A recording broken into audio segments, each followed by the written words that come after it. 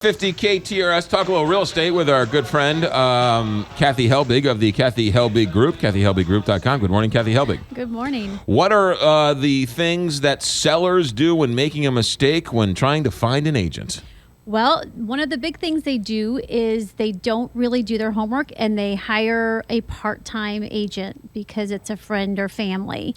So really we see things happen on a daily basis when we're dealing with somebody on the other side. Let's say one of our listings has a buyer, that purchased, and we can't reach the agent because they have a full-time job. They can't take calls at work.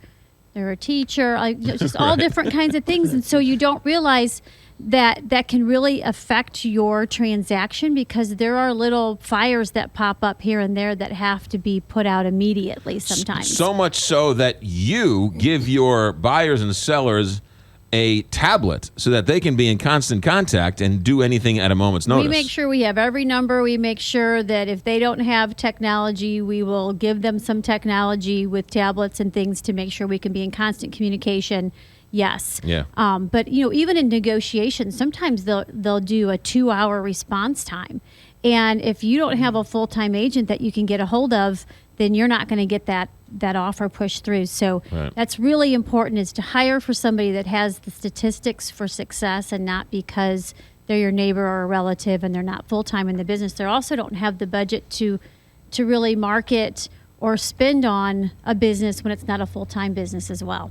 So the next one is what in our industry we call buying the listing, hiring the agent that tells you the highest sale price. Isn't that a good idea? It is not a good idea, but so many people do it, and so a lot of times I'm the second agent that comes in at a house that didn't sell. Right. And the first thing I'll ask them is, who set the price? And they'll go, well, I don't know. We just told the agent we wanted this or we needed this, and that's where we started.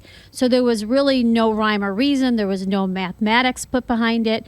It surprises me how often I hear that happen. Or I come in and they say, well, we went with such and such realtor because she told us we could ask X for the house. Right. And it was way over market value. So then they're sitting there for months. Now they have to sell their house for under market value because they got to get back out from behind the 8 ball. Right. And then lastly, of course, a lot of people hire based on commission. It was the lowest commission, so we went with that agent. The lowest commission, the highest price. Exactly. Happens all the time. But think about it this way, you guys. Commission number one is not going to one agent. So when you hire the agent that's representing you, they have to pay almost half of that to another agent that's probably going to sell your house. Chances are the agent that you hire does not sell your house to their buyer. Right. So there's another agent involved, and then there's brokerages involved that takes a piece of their commission once they're split as well. So the pie is going out in at least 4 different ways. If you hire someone that has next to nothing on their commission rate on their side, guess what that means to you?